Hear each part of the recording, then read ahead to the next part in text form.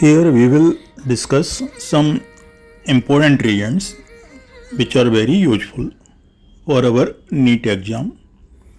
तो सबसे पहले है शिफ्ट रिएजेंट जो एल्डिहाइड के साथ मैजेंटा कलर देता है, ये याद रखना है. अब शिफ्ट रिएजेंट एक डाई से बनाया जाता है जिसे बोलते हैं मैजेंटा. डाई को ही मैजेंटा बोलते हैं, लेकिन उसमें सल्फ्यूरस एसिड मिला के शिफ्ट रिएजेंट बनाते हैं. शिफ्ट रिएजेंट कलरलेस होता है, लेकिन एल्डिहाइड के साथ पिंक कलर या मैजेंटा कलर प्रोड्यूस करता है. एल्डिहाइड की पहचान के लिए काम में आता है. तो ये रिएजेंट काफ़ी इंपॉर्टेंट है एग्जाम के लिए. और ख़ास बात है कि फॉर्मिक एसिड और ग्लूकोज इस रिएजेंट के साथ कोई रिस्पॉन्ड नहीं करते. टोलन रिएजेंट क्या होता है? टोलन रिएजेंट होता है अमोनिकल सिल्वर नाइट्रेट.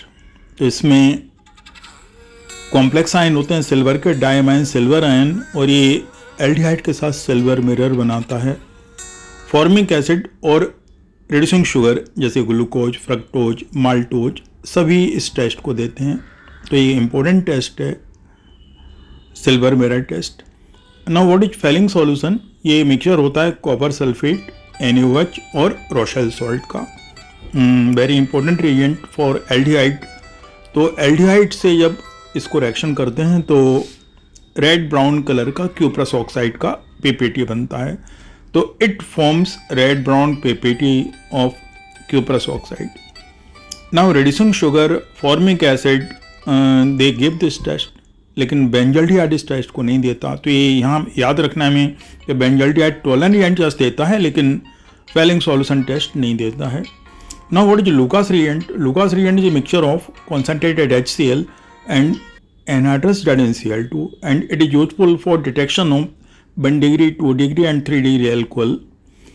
एल्कोहल इसके साथ टर्बिडिटी बनाते हैं क्लोराइड्स की.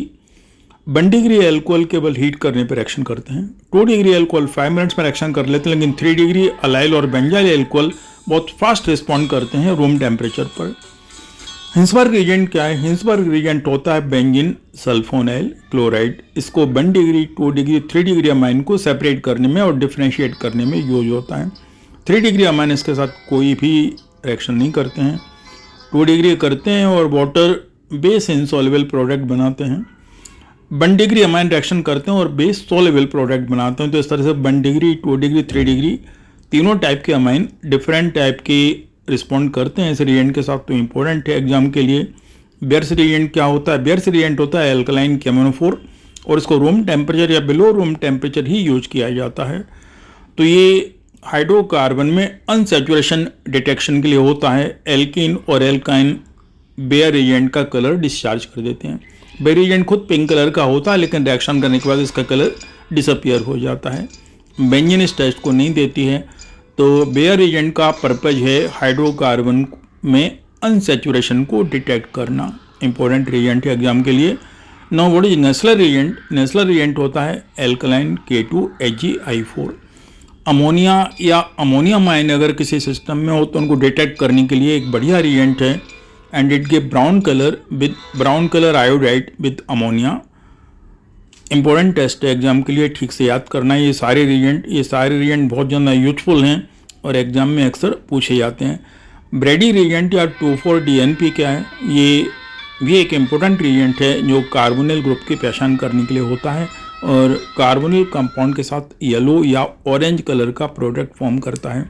तो all aldehyde, all ketone give this test. Formic acid में रिएक्शन नहीं होती.